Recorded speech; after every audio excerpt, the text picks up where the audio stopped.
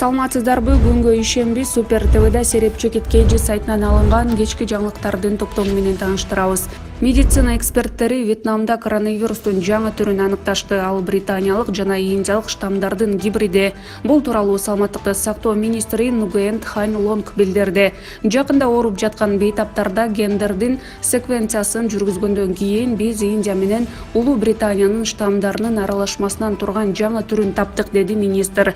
Анын айтымында бул коронавирустун Индияда чыккан түрү, бирок анда Британ штаммына таандык мутация бар. Министр коронавирустун бул түрү аба аркылуу тез жайылаарын белгилеген. Азыр Вьетнам коронавирустун жаңы түрү менен күрөшүп жатат. Учурда Вьетнамда коронавирустун 7 түрү катталган. Акыркы сутка ичинде ал жерде коронавирустун 40 жаңы учуру катталды. Салыштыруу үчүн 1 майда өлкөдө 14 гана адамдан коронавирус аныкталган болчу. Англиянын Бакингемшир графтыгына караштуу Чеддингтон шаарында алп наристе төрөлдү. Анын салмагы 6 килограмм, бою 60 сантиметр. Бул тууралуу чет элдик маалымат булактары жазышат. Маалыматка ылайык 27 жаштагы Эмми Смит менен 28 жаштагы жолдошу Зак уулу салмактуу болуп төрөлөрүн алдын ала УЗИнин жыйынтыгы менен билишкен. Бирок салмагы менен бою күтүлгөндөн дагы жогору болгон. Ымыркай төрөткананын таразасына батпай калган. Мындан улам башка тараза алып келишкен. Анын бою 60 сантиметрди түзүп, салмагы 6 килограмм болгон. Ымыркайды 2 киши көтөргөн. Ымыркайга алдын ала алынган кийимдер кичинекей болуп калып, ага 6 айлыктан 9 айлык наристелерге ылайык кийим алууга туура келген. Алп наристеге Загрис деген ысым ыйгарышкан. Кече 28 майда Жогорку кеңештин төрагасы Талант Мамытов Бишкек шаарына расмий иш сапары менен келген.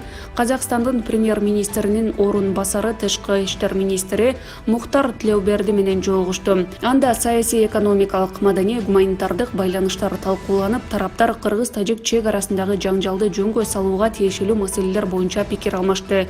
Төрага Талант Мамытов Кыргызстандын аракети менен жаңжал тынчтык жолу жана дипломатиялык алакалардын алкагында жөнгө салынып, окуянын курчушуна жана курмандыктардын санынын өсүшүнө бөгөт коюлганын маалымдады. Айрыкча кыргыз тарап мамлекеттер аралык маселелерди диалог жана бардык жетишилген келишимдерди сактоо жолу менен чечүүгө кызыктар экендигин баса белгиледи.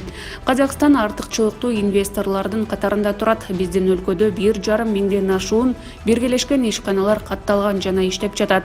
Буга байланыштуу кыргыз өкмөтү тарабынан инвесторлордун, анын ичинен казакстандык өнөктөштөрдүн укуктарын коргоо үчүн бардык тиешелүү чаралар кабыл алынууда, деди Талант Мамытов. Акыркы суткада өлкөдө 356 адамдан коронавирус аныкталды. Бул тууралуу саламаттыкты сактоо министрлигинен маалымдашты. Бишкекте 162, Ошто 63, Чүйдө 78, Ош облусунда 10, Таласта 6, Нарында 7, Ысык көлдө 22, Баткенде 3, Жалал Абадта 5 киши ооруну жуктуруп алды деп аныкталды. Ошентип өткөн жылдын март айынан бери коронавирус аныкталгандардын жалпы саны 104.222 адамга жетти. Акыркы сутка ичинде оорудан 9 бейтап каза болду. Бишкекте 6, Чүйдө 1, Баткенде 1, Ысык көлдө 1 өлүм катталды. Коронавирустан көз жумгандардын жалпы саны 1797 кишини түздү. Ысык көлдө дайынсыз болуп жаткан эже-сиңди Адель жана Мырзайым Сапарахуновалар табылды. Бул тууралуу облустук ички иштер башкармалыгынын басма сөз кызматынан билдиришти. Учурда эже-сиңдинин мыйзамдуу өкүлдөрү менен бирге райондук ички иштер башкармалыкта үйдөн чыгып кетүүнүн себептери жана шарттар аныкталууда. Буга чейин Ысык көл облустук ички иштер башкармалыгына Каракол шаарында 16 жаштагы жана 10 жаштагы эже-сиңди кече 27 майда саат 10:00 чамасында үйдөн чыгып кеткен боюнча дайынсыз болуп жатканын билдирип, жарандардан аларды табууга жардам сураган эле. Кече 28 майда УКМКнын мурдагы төрагасы Абдель Сегизбаев оор абалда ооруканага түшкөн. Анын коронавирус жуктуруп алганы илдеттен улам өнөкөт оорулары курчуп кеткени маалым болду. Серип медиа маалымат агенттиги бул боюнча Абдель Сегизбаевдин жубайы Айнура Сегизбаева менен байланышты. Абделдин абалы дагы эле оор, эки тараптуу пневмония аныкталды. Өпкөсүнүн 40% жабыркаган. 9 күндөн бери дене табы түшпөй, тамак да ичпей калган. Учурда дарыгерлер тарабынан текшерүүдөн өтүүдө. Ага эч кимди киргизбей жатышат. Адвокат аны үй камагына чыгаруу боюнча өтүнүч келтирет, бирок азырынча ал боюнча сотко кайрыла элек, деди ал. Эске салсак, Абдел Сегизбаев 25 январда аскердик прокуратура тарабынан кармалган. Ага Белизгейт деп атыккан иштин алкагында мыйзамсыз аракеттер жана кызматынан кыянаттык менен пайдалануу фактысы менен кылмыш иши козголгон болчу. Кийинчерээк башкы прокурор Курманкул Зулушев ага карата 6 кылмыш иши козголгонун айткан. 27 январда 1 май райондук сотунун чечими менен УКМКнын мурдагы төрагасы 25 мартка чейин камакта калтырылган болчу. Ал эми 20 майда анын баш коргоо чарасы каралып, 25 июнга чейин камакта калтырылган эле. Президент Садыр Жапаровдун Баткен жана Ош облустарына болгон 2 күндүк иш сапары жыйынтыкталды. Бул тууралуу президенттик аппараттан маалымдашты. Иш сапарынын жүрүшүндө мамлекет башчысы Баткен районунун чек ара аймагында жайгашкан айылдардын тургундары менен жолугушуп, андан сырткары чек арадагы аскерлердин жагдайлары менен таанышып, алар менен баарлашты. Ошондой эле президент Садыр Жапаров Ош шаарында коргоо министрлигинин жана чек ара кызматынын кызматчыларына батирлердин ачкычтарын тапшырды. Министрлер кабинетинин төрагасы Улукбек Марипов Беларусь Республикасынын Минск шаарына болгон иш сапарынын алкагында Минск трактор заводуна барды. Бул тууралуу министрлер кабинетинен билдиришти. Ал заводдо чыгарылып жаткан техниканын бир катар модельдери менен таанышты. Улукбек Марипов биздин өлкөдө Беларусь тракторлорунун таанымал экендигин белгилеп, мындан ары дагы кызматташууга ишенимин билдирди. Андан кийин төрага 1941-1945 жылдардагы улуу ата мекендик согуштун катышуучусу Советтер Союзунун баатыры Жумаш Асаналиевдин эстелигине гүл койду. Ошондой эле ал Чыңгыз Айтматов атындагы паркта да болду. Бишкек шаардык кеңешинин мурдагы төрагасы Жаныбек Аберов кызматтык абалынан кыянаттык менен пайдалануу боюнча айыпталганы боюнча Instagram баракчасы аркылуу түз эфирде жооп берди. Мен ар бир факты боюнча жооп берип түшүндүрүүгө даярмын. Бишкек шаардык кеңешинин чечими көпчүлүк добушу менен кабыл алынат. 23 депутат чечим кабыл алгандан соң мен кол коем. Мен Бишкек шаардык кеңешинин болгону модераторумун жана кандай гана чечим кабыл алынбасын кол коюуга милдеттүүмүн. Кабыл алынган бардык чечимдер мыйзамдуу деп билдирди Аберов. Андан сырткары Жаныбек Аберов Кыргызстандан чыгып кетүү же качуу ниети жоктугун, териштирүү иштерине жооп бере ала тургандыгын айтты. Кечээ 28 майда башкы прокуратура Аберовго жана мэриядагы бир катар аткаминерлерге карата кызмат абалынан кыянаттык менен пайдаланган деген берененин негизинде иш козгогон. Көзөмөл органы шаардын прогноздолгон бюджети жасалма жол менен көбөйтүлүп, айрым кызматкерлердин айлыгы жогорулатылганын билдирген. Өзгөчө жоопкерчиликтүү жана маанилүү кызматтарга теңөө жолу менен Бишкек шаардык кеңешинин төрагасы жана шаар мэринин айлыктары 120 000 жана 150 000 сомго жеткирилген. Мунун аркасынан 2019 жылдан 2021 жылдын 1-кварталына чейин мамлекетке 214 581 700 сом зыян келтирилгени айтылган.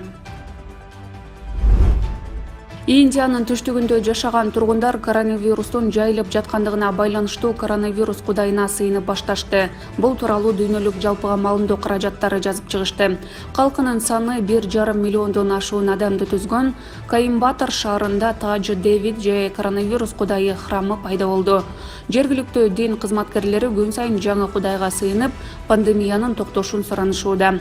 Коронавирус оорусунун токтобой жайылып жаткандыгына байланыштуу биз вирустун кудайына сыйынабыз жана андан күн сайын оору азыраак болуп, жайылып кетпесин деп тиленебиз, дешти ибадатканадагы тургундар. Индияда коронавирустук абал өтө курч абалда турат. Өлкөдө күнүнө 350 000ден ашуун жарандан илдет аныкталып жатса, каза болгондордун саны 300 000ден ашты. Бүгүн 29 майда Баткен районунун Рават айылында жана Лейлек районунун Катраң айылында 50 орундуу бала бакча салтанаттуу ачылып пайдаланууга берилди. Бул тууралуу министрлер кабинетинин Баткен облусундагы ыйгарым укуктуу өкүлчүлүгүнөн билдиришти. Салтанатка Баткен облусундагы ыйгарым укуктуу өкүлүнүн орун басары Абдирашид Ташбалтаев баштаган жергиликтүү жетекчилер жана Арис уюмунун аткаруучу директору Бекжан Супаналиев баш болгон аталган уюмдун өкүлдөрү жергиликтүү тургундар катышкан. Балдар бакчаларынын курулушу Кыргызстандын коомчулукту өнүктүрүү жана инвестициялоо агентствосы тарабынан Рават айылындагы бала бакча үчүн 14 миллион сом каржыланып, Ак Татыр айыл өкмөтүнүн бюджетинен жана жергиликтүү коомчулуктан 1 миллион 48 923 сом салым болгон. Ал эми Катраң айылындагы бала бакча үчүн Арис уюму тарабынан 11 миллион сом каржыланып, айыл өкмөтү жана жергиликтүү коомчулуктан 1 миллион 797 164 сом салым кошулган. Май айынын башынан бери Түркиянын Анталия тоолорунан изделип жаткан Одессадагы Яна Кривошеядан чыккан альпинисттин сөөгү Гек Севриси тоосунун этегинен табылды. Бул тууралуу маалыматты Түркиядагы Украинанын маалымат агенттиги Түркиянын Анталия жөнүндө басылмасы жазып чыкты. Берилген маалымат боюнча ошол жердеги тоодан кулап түшүп каза болгон деп божомолдонууда. Бир нече жума бою жоголгон альпинистти жергиликтүү жана украиналык куткаруучулардын топтору издөө жүргүзүп жатышкан. Сөөктү 28 майда жандармерия чалгындоо учагы менен абадан сүрөткө тартуу учурунда көрүшкөн. Жандармериянын издөө куткаруу тобу тарабынан каза болгон альпинисттин сөөгү таштардан чыгарылгандан кийин ал өлүмдүн так себебин аныктоо үчүн соттук медицина институтуна жиберилген. Ушул жана башка жаңылыктарды Серепчи Кеткежи сайтына кирип окуп таныша аласыздар. Кечириңиздер көңүлдүү улансын.